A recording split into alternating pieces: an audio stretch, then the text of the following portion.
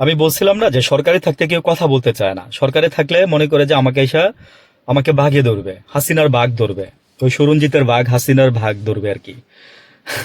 তো আপনার এই যে ইউনূস সরকারের এখন অনেক দোষ বের হইছে।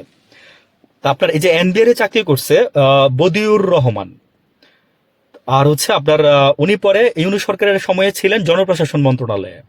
জনপ্রশাসন মন্ত্রণালয় তো কি করে জানেন আপনারা, যারা জানেন না তাদের জন্য একটু বলি। এনবিআরটা আমরা বুঝি, আচ্ছা দুইটাই আমরা বুঝি ধরে নিলাম।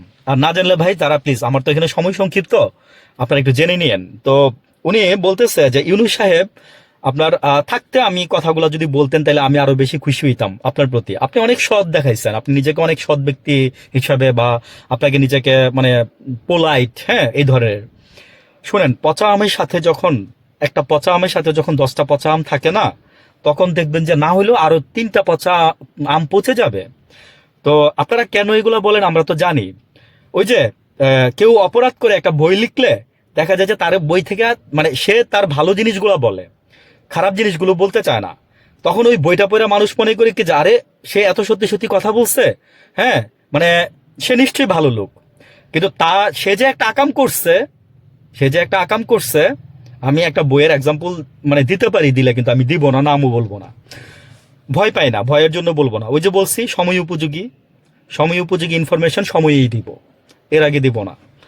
আচ্ছা, কারণ আমি কোনো সাংবাদিকও না, আমি কোনো অনুসন্ধানী কিছুই না। হ্যাঁ, তবে আমার কি আছে সেটা আমি জানি, কারণ ওই যে বলে দিলে তো দিলামই আপনাদের। আমি সেটাও বলতে চাচ্ছি না।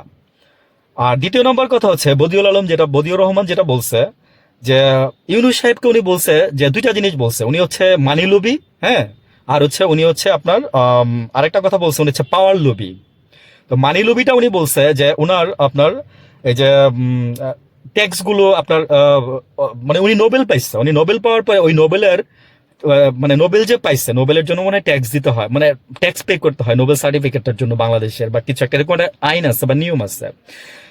এটা আমিও নতুন জানছি যে নোবেল পাইলে তাকে ট্যাক্স দিতে হয়। তো বদিউর রহমান সাহেবের কাছে এরকম ট্যাক্স ফ্রি করার জন্য আপনার ইউনূস সাহেব পাঠাইছিল কাউকে।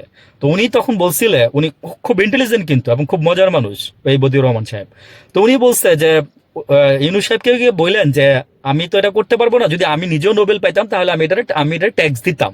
আচ্ছা, এই জন্য উনি এই কথাটা বলছে যে উনি হচ্ছেন মানে মানি লোভী। আর উনি একটা বিয়ের অনুষ্ঠানে গেছিল, ওইখানে যাওয়ার পরে উনি খুব বড় বড় কথা, হ্যাঁ খুব বড় বড় কথা, যেটা আমরা দেখছি প্রমাণ বাস্তবে সত্যি কথা, যেটা মানে কথা বলেন অনেক বড় বড় কিন্তু কাজ করেন মানে সেটার আউটপুট আসে মানে এই এই যে এইটুকু। ভালো থাকে।